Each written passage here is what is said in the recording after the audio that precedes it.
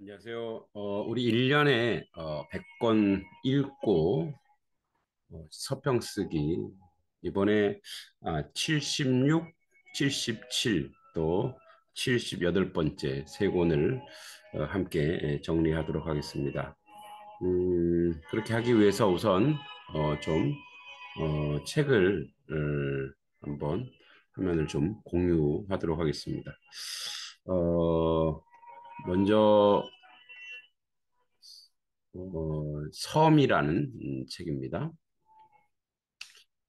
섬인데 이 책 그 그림을 더 볼게요. 심진규 선생님이 쓴 글인데 제주 4.3에 대한 이야기를 다룬 책입니다. 어, 어린이들에게 4.3 교육을 하는 좀 의미 있는 그런 책 같고요.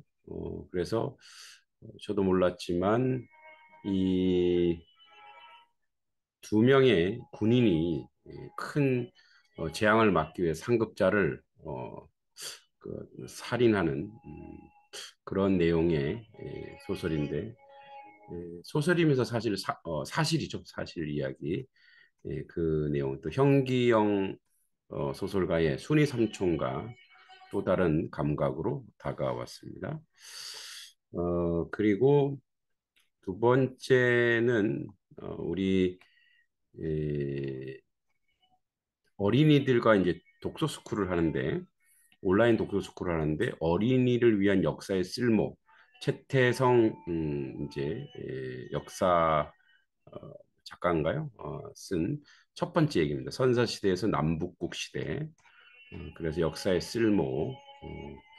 이제 두 번째 것도 우리가 할 거지만 이렇게 함께 역사의 전체적으로 다루었습니다. 함께 나눠보면 좋을 것 같고요.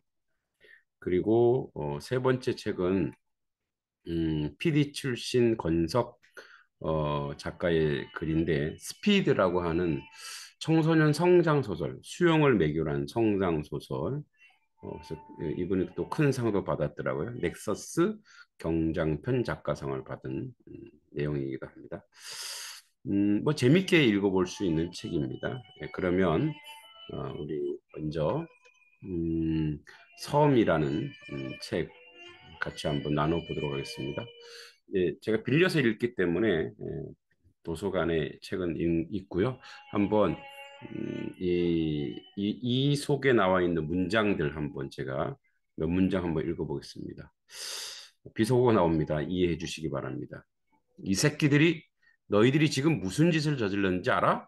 헌병대장이 피범벅이 된 침대를 보며 소리를 질렀다.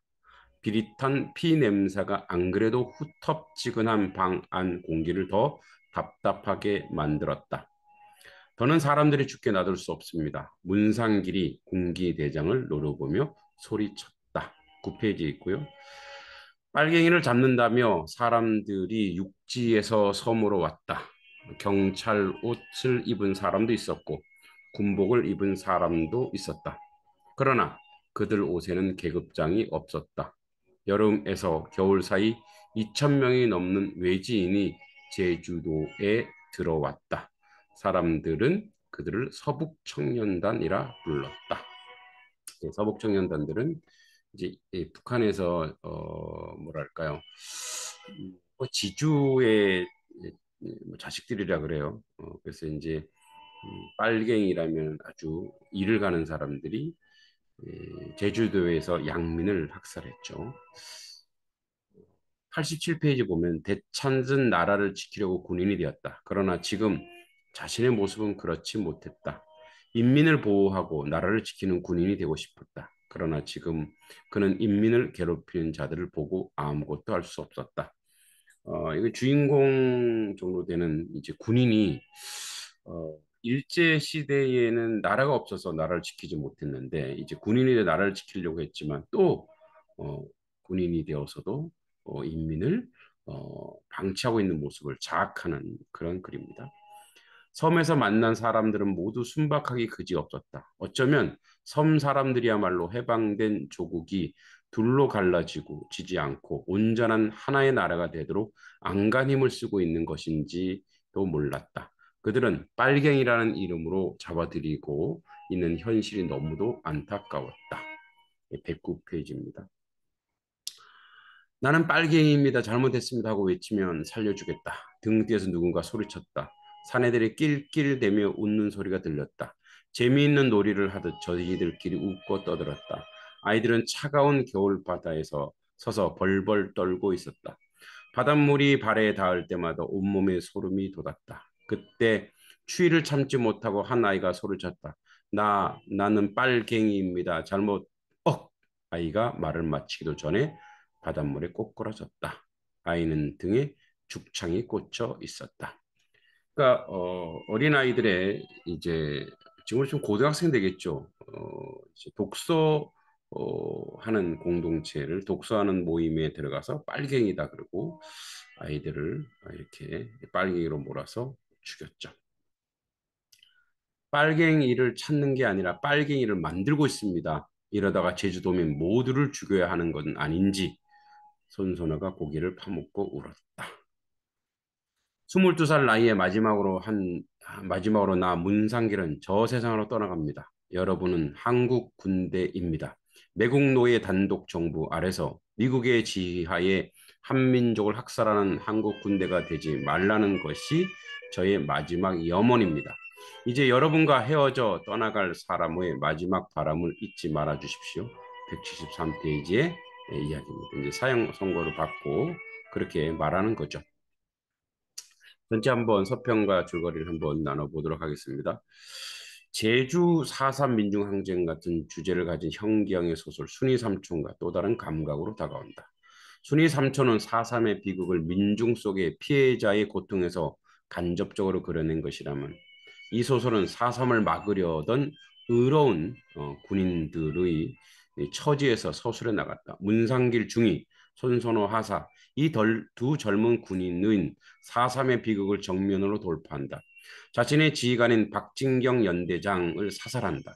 박진경 연대장은 제주도민에 대한 무차별 학살을 더 이상 두고 볼 수 없었기 때문이다. 이러한 역사 속에서 대한민국 정부 수립 이후 사형이 집행된 군인이다. 섬 1948은 한 가정의 이야기로 시작한다. 해방이 되어 괜찮을 줄 알았는데 한 가정의 남편이 어느 날부터 집으로 돌아오지 않는다. 남편의 아내는 경찰서에서 찾아갔다 오히려 고문을 당할 뻔하고 돌아온다. 빨갱이들로 취급받고 노인이든 어린이든 가리지 않고 무차별적으로 총격을 당하는 일이 계속 일어난다. 마을이 불타고 서북청년단은 마을 사람들을 괴롭히고 아무 이유 없이 살해한다. 나란 일 하는 높은 사람들이 보냈다는 말도 있었다. 그들은 닥치는 대로 사람을 잡아갔다. 잡혀가지 않으려고 버티면 몽둥이를 들고 때렸다. 울던 아이들도 서북청년단이란 말을 들으면 무서워서 울음을 그치고 이불 속으로 숨었다.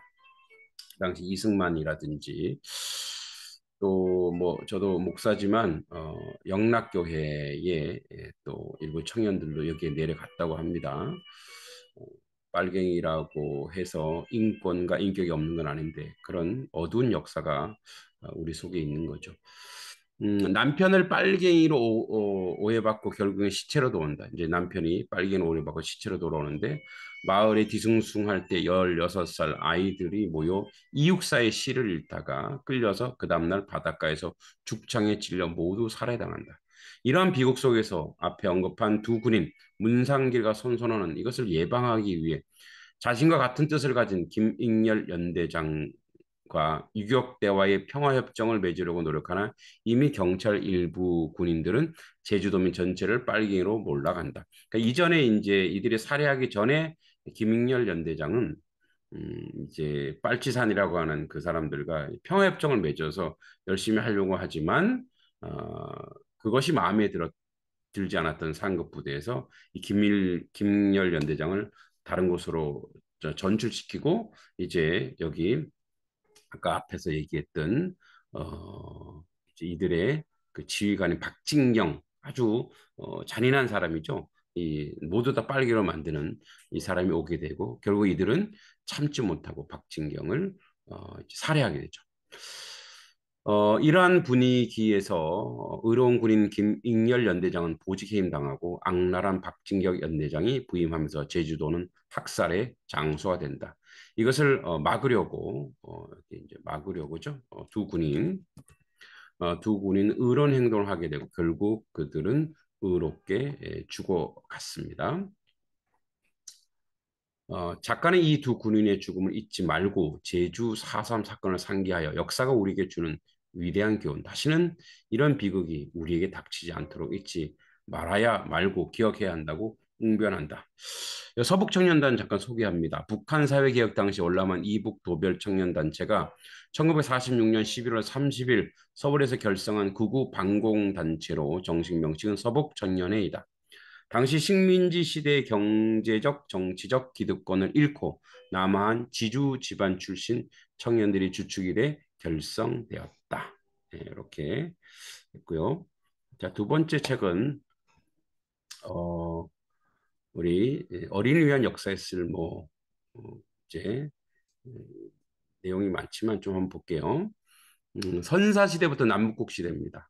세상이 더욱 발전하더라도 함께 살아가는 것은 살아가는 것의 중요성은 변치 않을 거예요. 우리는 늘 서로 돕고 의지하면서 살아왔거든요. 그러니까 역사를 왜 배우냐면 그 안에 공동체 의식, 공동체 정신을 함양하고 그래 함께 살아가야 된다는 거죠.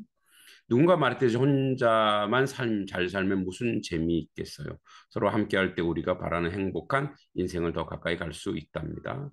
백제가 주변 나라와 활발하게 교류하면서 자신만의 문화를 꽃피워 문화 강국으로 이름 널리 알렸듯이 남들과 비교하기보다 여러분만의 장점과 가치를 잘 살린다면 언젠가 나의 가치가 빛나는 시간이 올 거예요. 그러니까 우리가 이제 백제를 신라가 삼국 통일했고 또 고구려는 뭐그 넓은 땅을 가지고 있고 백제는 조금 상대적으로 무시당할 수 있다고 보는데 사실 백제도 굉장히 좀 세력이 강했던 때도 있었고 그리고 문화가 굉장히 발달되어서 일본에게도 문화를 전수해 줬다는 것을 또 우리가 균형 잡힌 역사로 알게 하죠.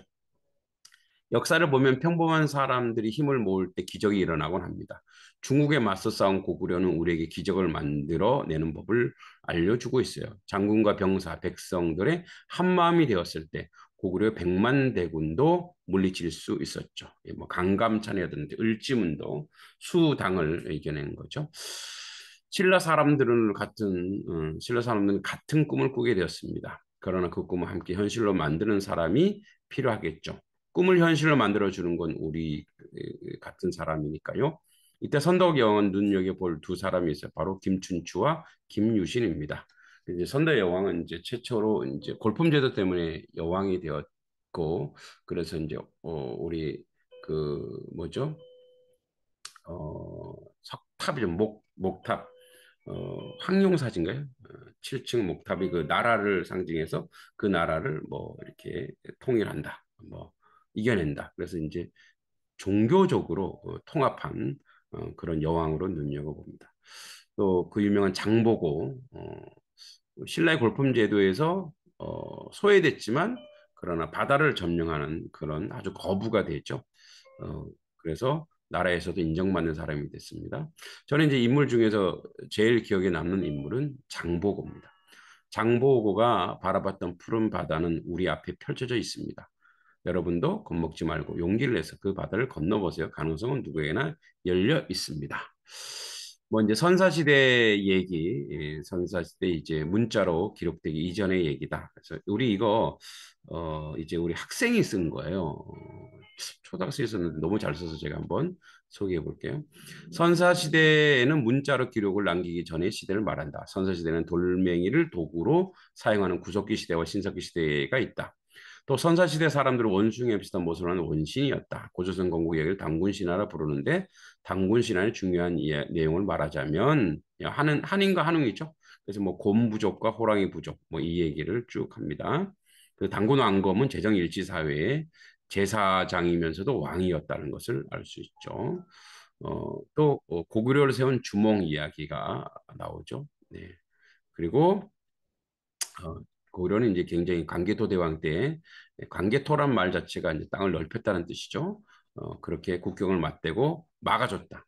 고구려가 그런 얘기가 쭉 있고, 그다음에 사실 삼국시대라고 하지만 거의 이제 가야란 나라 있었죠. 거의 사국시대죠.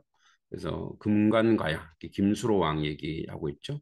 수로라고 하는 것은 처음으로 머리를 들었다는 뜻이에요. 수로 왕, 금관가의 왕이 되었고, 가야는 이제 나중에 이제 신라로 이렇게 통일되는 그런 역사가 있었죠. 그리고 이제 중국 보기에도 발해라는 나라, 그죠? 고구려의 유민들이 세운 발해라는 나라, 대조영 있죠? 고구려 넓다고 한다. 발해는 옛 고구려를 세워줬고 신라와 당 연합군이 고구려 무너뜨려 나서 30년 만에 고구려 사람이 다시 옛 고구려를 나라를 세운 것이다. 이런 얘기죠. 네. 어린이 위한 역사의 쓸모. 우리 뭐 역사적으로 큰 사건들이 전환되는 사건들이 많은데 이제 선사 시대부터 이 삼국 시대에 우리가 좀 너무 먼 듯해요. 아주 큰 특징은 볼 수 없지만 이 책은 좀 균형 잡히게 그 이야기를 해주고 있어서 참 역사의 쓸모, 역사가 우리에게 어떤 쓸모인가를 어린이들에게 잘 보여주는 책인 것 같습니다. 그리고 마지막으로 스피드라는 책인데요. 이제 음, 이제 고등학생이 아버지도 수영 선수였죠. 그런데 아버지가 이제 외국에서 일하러 갔다가 아프리카에서 사람 살리려 하다가 아이러니하게도 물에 빠져 죽습니다. 그런데 이제 자기 아버지가 다니던 학교에 이제 속초 바다 고등학교에 전학 가게 되고 사실 이제 어머니는 새로운 남자가 생기는 바람에 어머니에 약간 갈등이 있고 그래서 할아버지가 사는 속초에서 살게 되죠.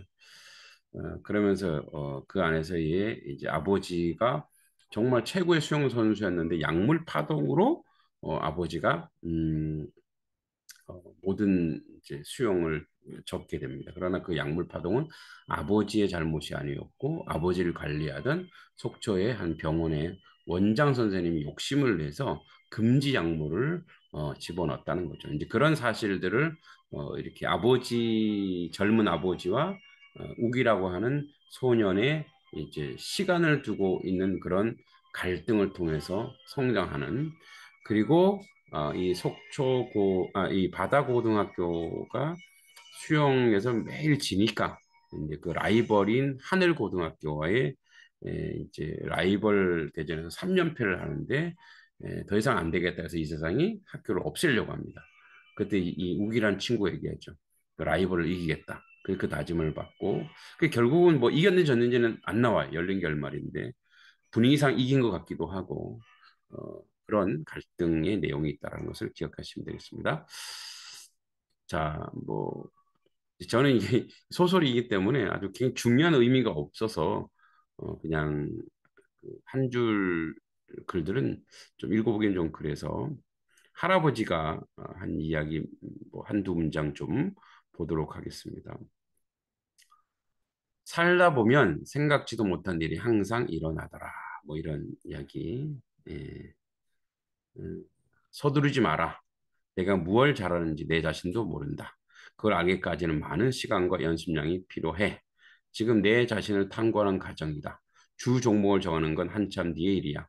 바하전, 바다와 하늘고 라이벌 무조건 이겨야 하잖아요. 바하전에서 지면 나머지도 배울 수 있는 기회가 없다고요. 바하전에 대비해서 가장 급하고 중요한 일은 내가 온전한 수영수수가 되는 거야.